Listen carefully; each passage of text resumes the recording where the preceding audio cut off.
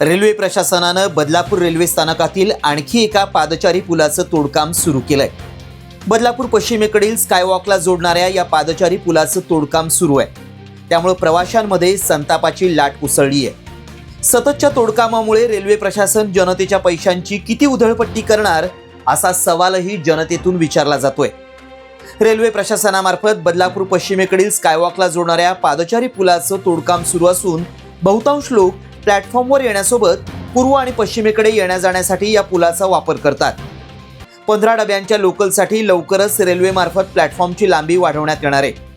त्यासाठी या पुलाचं तोडकाम सुरू करण्यात आलंय.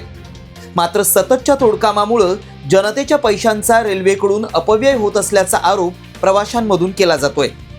याआधीही शेडच्या कामासाठी प्लॅटफॉर्म क्रमांक 1 आणि 2 वरील पादचारी पूल तोडण्यात आले, तर प्लॅटफॉर्म क्रमांक 2 वर जुना गंजलेला सरकता जिना लावण्याचा प्रयत्न झाला.